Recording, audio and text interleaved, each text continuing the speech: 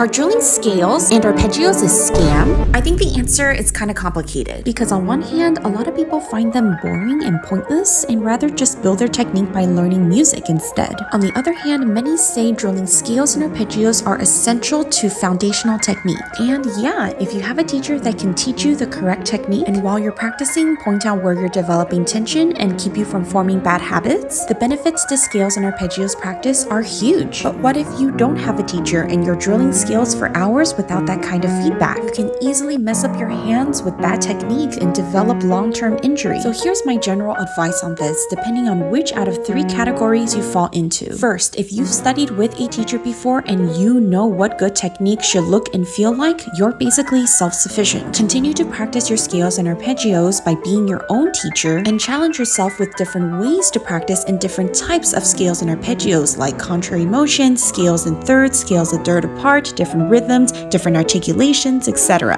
But if you're completely self-taught and have never had a teacher before, you should practice scales but limit them to almost like 10 minutes a day max, not a lot at all. And don't zone out or get distracted because that's when bad habits sneak in. But if you're in category 3, which is somewhere in the middle, you should still do your scales, but tons of very slow, mindful practice. Watch your posture, not just your hands and fingers, but your entire body. Pay attention to how it feels because the goal is awareness, slow and steady, and being able to sense when something's off before it turns into injury. So are scales and arpeggios a scam? Not really. It's not necessarily that the concept is bad, but it's all about how you practice. And that's going to determine if they help you or they make your technique worse. If you found this helpful, follow me for more piano tips so you can also play like a pro.